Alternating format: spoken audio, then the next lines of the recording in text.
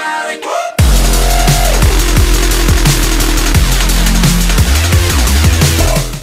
Hello everyone and welcome back. This is episode 9 of the Lucky Cards series, and in today's episode we have the 4 of Spades going up one-on-one against the 5 of Spades.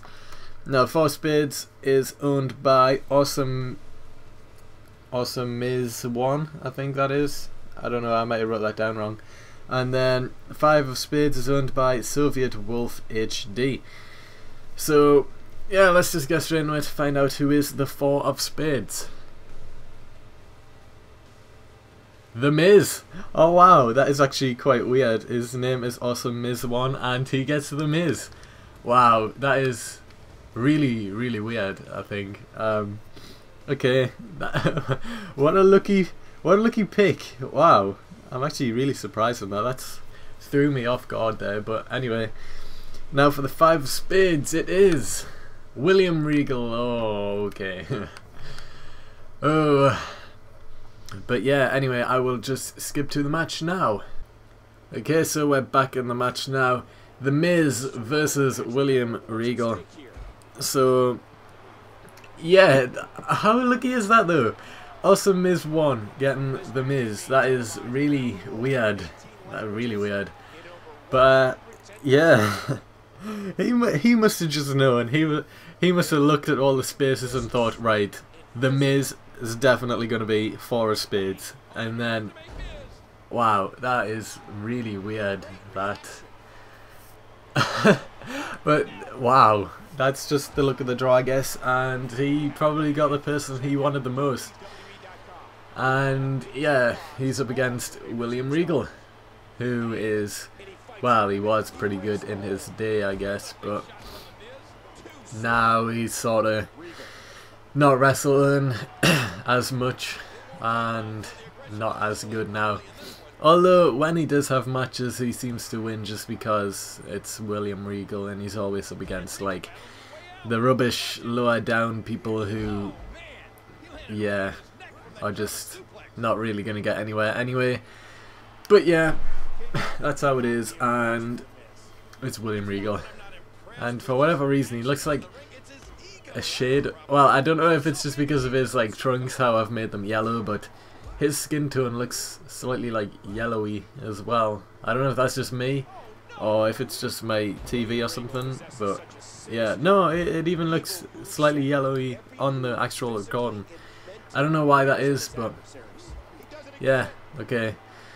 And then obviously there's the Miz and his cool attire that I've made for him here, the red and white one where he won the WWE Championship with, which I have done a Superstar Threads video for, so you might need to look for that. I don't know if I've already put it up or not as of this point, since I've recorded a few of these episodes in advance. But yeah, I have done a Miz Superstar Threads video, so you can check that out if you haven't already. And yeah, all spots have been taken in this tournament, as I've already said. That's why I didn't mention it last episode, because there's no point in talking about it anymore, so you've missed your chance. Too late to apologise. It's too late.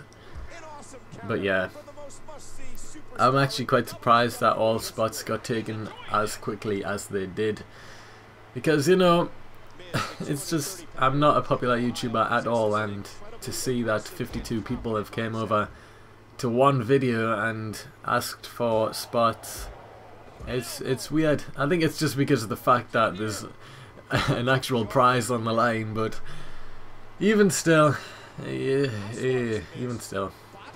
just good to see everyone coming together in a little tournament type thing.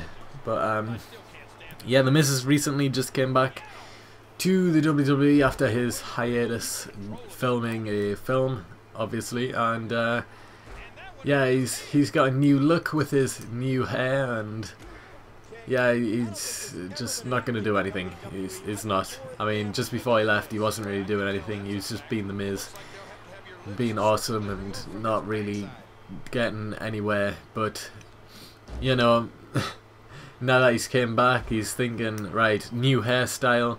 This is it. This is the year of the Miz. I'm gonna win everything, and no, you're not. You're just gonna carry on where you left off and not be in any major storylines for a while. And if he is, he's still not going to get a championship, probably. I just don't see that happening for a while.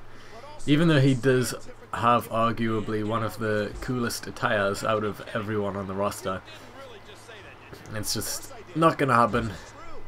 He's probably not going to get a championship. If he does, I'll be quite surprised though, because, you know, he's just came back. He isn't really...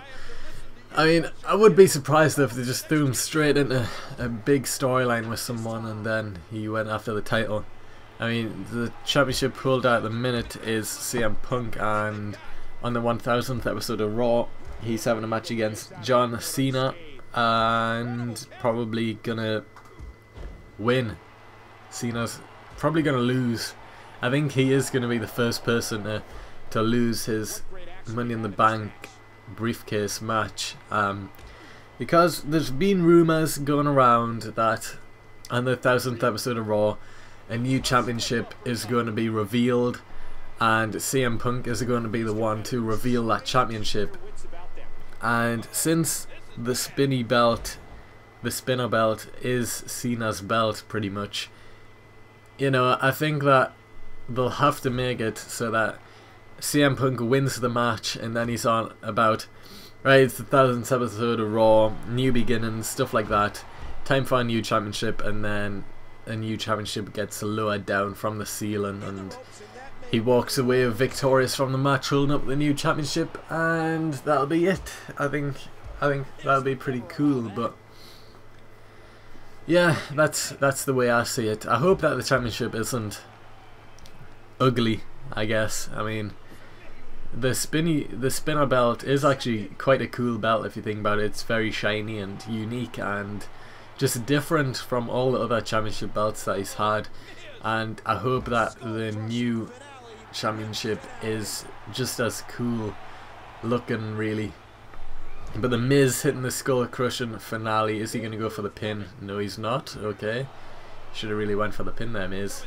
Oh, he is now. Okay, he just wanted to slam his arm into the ground first, and he picks up the win. Awesome Miz won. You have a good pick there in the Miz. So if you enjoyed this episode, give it a thumbs up, subscribe to see when your card is coming, and other than that, I will see you next time where I reveal who is the 6 and 7 of Spades. So I will see you then.